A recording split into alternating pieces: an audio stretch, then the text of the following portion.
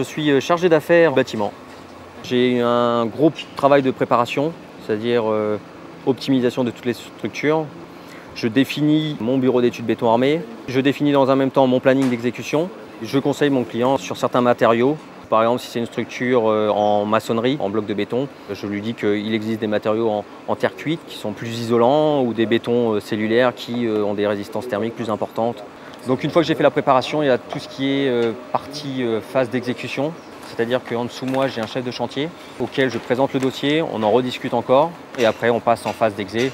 Donc implantation par un géomètre, montage de ma grue et après on commence fondation et on part dans les élévations. Voilà. Mon rôle, une fois que le chantier est lancé, est principalement qu'il n'y ait pas d'oubli, que les livraisons arrivent en temps et en heure, que mes plans correspondent à l'ouvrage. Je suis là en fait pour contrôler et je suis là pour résoudre les problèmes en fait. Je fais une partie au bureau, tout ce qui est préparation, tout ce qui est exécution de mes plans et je fais une partie sur chantier. C'est un métier extrêmement prenant. Dans ma structure, j'ai une grosse autonomie, c'est-à-dire que je suis le seul sur l'opération en fait. On est content de le voir construit une fois fini, voilà.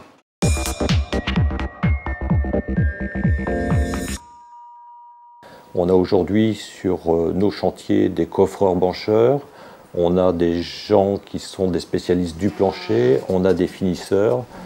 On a notamment l'évolution par rapport à des chantiers HQE aujourd'hui, du BBC. On a donc de la spécialisation dans notre métier et on a besoin d'aller rechercher et former à travers les différents organismes auxquels on peut s'adresser.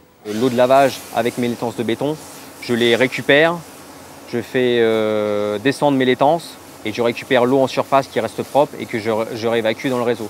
Ça veut dire que je n'évacue rien dans le sol comme ça se faisait il y a quelques années, on évacuait les eaux sales dans un trou.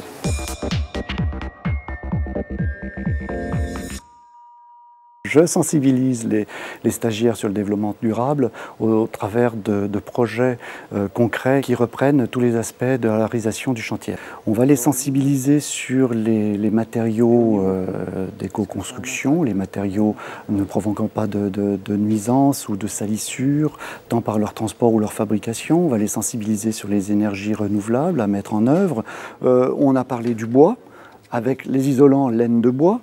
On a parlé de l'éolien, et effectivement on utilise l'énergie naturelle, on a parlé du solaire, on a parlé aussi du puits canadien ou puits provençal qui peut être couplé à une VMC simple flux ou double flux. Sur la partie installation de chantier, nous allons les sensibiliser sur les nuisances qui peuvent intervenir au niveau sonore ou visuel vis-à-vis du voisinage. Soit vous ferez de la fabrication traditionnelle, soit vous choisirez l'option de la préfabrication. Et vous aurez juste un coup de grue pour positionner une poutre, par exemple. Plutôt que d'avoir multiples rotations avec des éléments préfabriqués ou des coffrages ou du béton à mettre en place. Être acteur du développement durable pour un chargé, une chargée d'affaires bâtiment, c'est, pour la dimension environnementale, conseiller aux clients des solutions techniques et des matériaux de construction offrant un faible impact environnemental en exploitant les fiches INIES. C'est organiser le chantier de manière à gérer les déchets en mettant en place des solutions adaptées. Pour la dimension économique, c'est assurer un suivi qualitatif en contrôlant l'exécution des travaux. C'est conseiller le client sur la bonne utilisation du bâtiment de manière à lui faire réaliser des économies d'énergie. Être acteur du développement durable pour la dimension sociale, c'est préconiser la mise en œuvre de matériaux sains et d'origine locale afin de participer à la santé des occupants. C'est organiser le chantier de manière à diminuer les nuisances sonores en prévoyant l'utilisation de matériel adapté.